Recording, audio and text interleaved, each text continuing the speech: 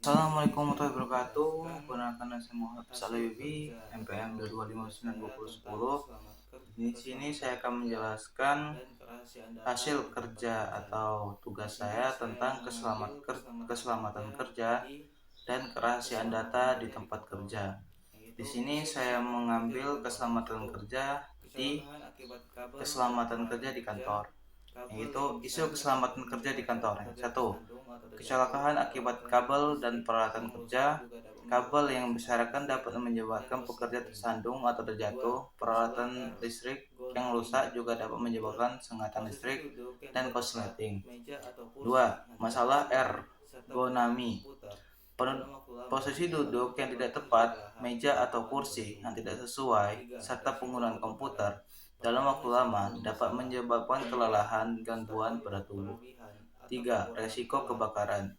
Peralatan listrik yang bermasalah, pengguna stop kontak berlebihan atau kekurangan alat pemadam kebakaran dapat meningkatkan resiko kebakaran. Yang keempat, kurangnya kesiapan keadaan darurat.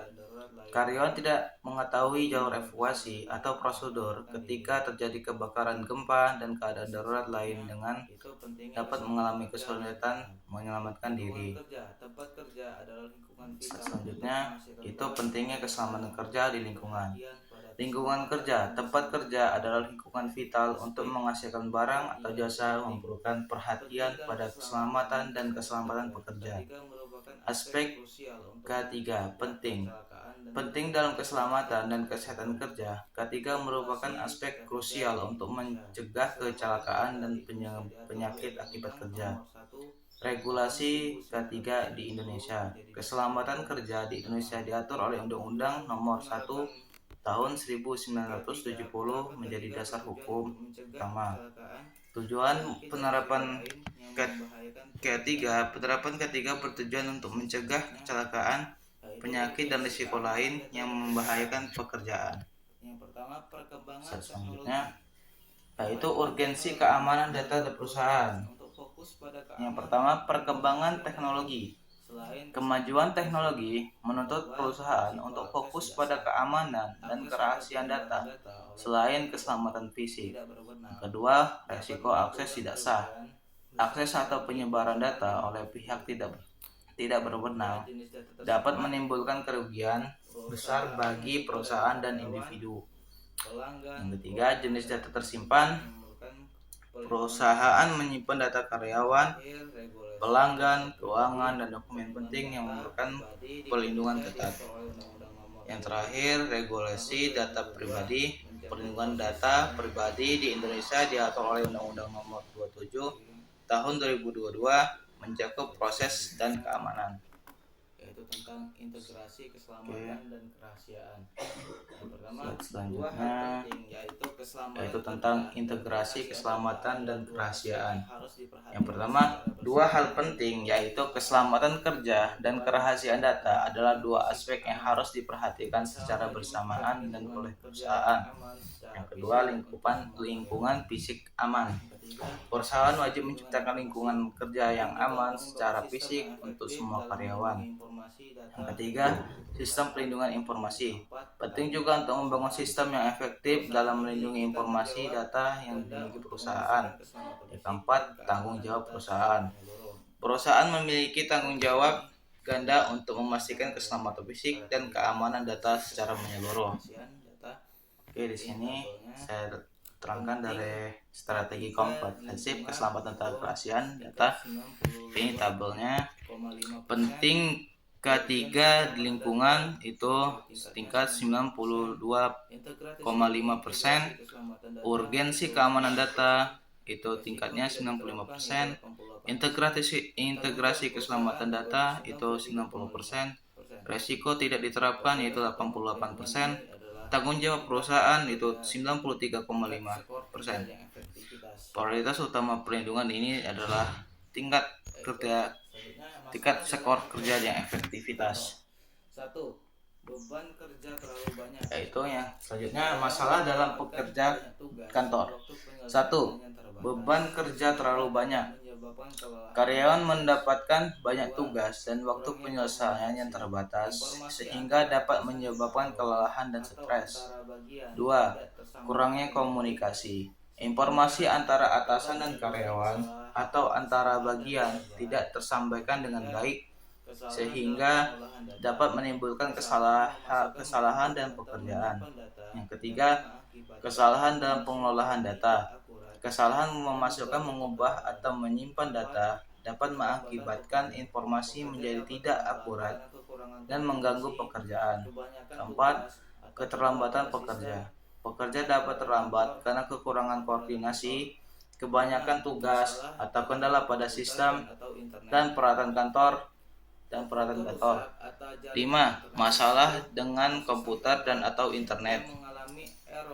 Komputer rusak atau jaringan internet terganggu atau sistem kantor yang mengalami error dapat menghambat pekerjaan. Yang keenam atau yang terakhir, kurangnya kedisiplinan.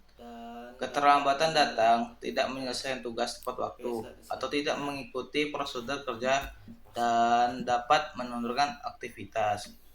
Oke, slide selanjutnya yaitu definisi K3 dan kerahasiaan data. Pengertian K3, memahami apa itu keselamatan kerja, kesehatan kerja sebagai upaya perlindungan pekerjaan. Tujuan penerapan K3 itu mengetahui sasaran utama dari implementasi K3. Pentingnya kerahasiaan data, memahami definisi kerahasiaan data sebagai upaya menjaga informasi dari akses tidak sah.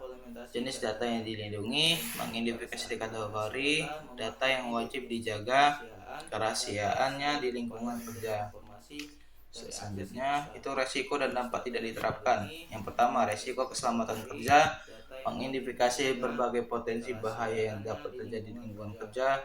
Yang kedua, dampak K3 tidak diterapkan, mengetahui konsekuensi negatif jika keselamatan kerja tidak diimplementasikan dengan baik. Yang ketiga, dampak data tidak dijaga, memahami kerugian yang ditimbulkan akibat kebocoran atau penyalahgunaan data rahasia. Yang keempat, akibat pelanggaran data, mengetahui konsekuensi serius dari pelanggaran kerahasiaan data termasuk sengketa hukum. Selanjutnya, upaya dan tanggung jawab perusahaan. Cara menjaga kerahasiaan, mempelajari metode efektif untuk melindungi data rahasia dari akses yang tidak sah. Tanggung jawab perusahaan, memahami peran kewajiban perusahaan dalam menjaga keselamatan kerahasiaan data.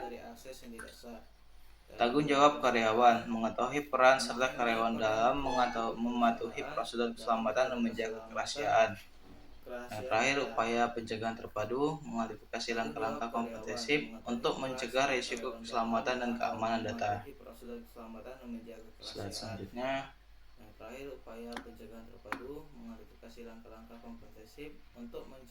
Yaitu strategi komprehensif keselamatan kerja dan kerahasiaan. Sini ada beberapa persen ya, risiko dan dampak itu 95%, jenis data dilindungi itu 85%, definisi kerahasiaan data itu 92%, tujuan K3 itu 88%, definisi K3 yaitu 90% dalam aspek kritis keselamatan kerahasiaan data.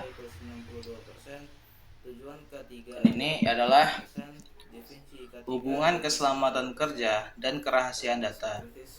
Keduanya sama-sama penting dalam menciptakan tempat kerja yang aman. Keselamatan kerja melindungi manusia dari kecelakaan dan bahaya pekerjaan. Sedangkan kerahasiaan data melindungi informasi perusahaan dan data pribadi dari akses atau pengguna yang tidak sah. Yang kedua, unsur utama hubungan kerja. Pekerjaan ada tugas atau objek yang diperjanjikan dan harus dikerjakan oleh pekerja, yaitu upah, hak imbalan atau gaji yang wajib dibayarkan oleh pemberi kerja atau jasa atau tenaga yang diberikan pemerintah. Adanya kewenangan pemberi kerja untuk memberi arahan, target, atau aturan kerja yang harus ditaati pekerja. Yang ketiga, posisi hubungan. Yang pertama, karyawan memiliki hubungan atasan dan bawahan serta ada unsur perintah kerja. Yang kedua adalah mitra kerja, memiliki kedudukan yang setara atau sejajar sebagai rekan kerjasama. Oke, di situ saja penjelasan saya tentang keselamatan kerja dan kerahasiaan data. Saya Muhammad Hafiz Alwibi. Saya akhiri, wassalamualaikum warahmatullahi wabarakatuh. Saya tentang keselamatan kerja dan kerahasiaan data. Saya Muhammad Hafiz Alwibi. Saya akhiri, wassalamualaikum warahmatullahi wabarakatuh.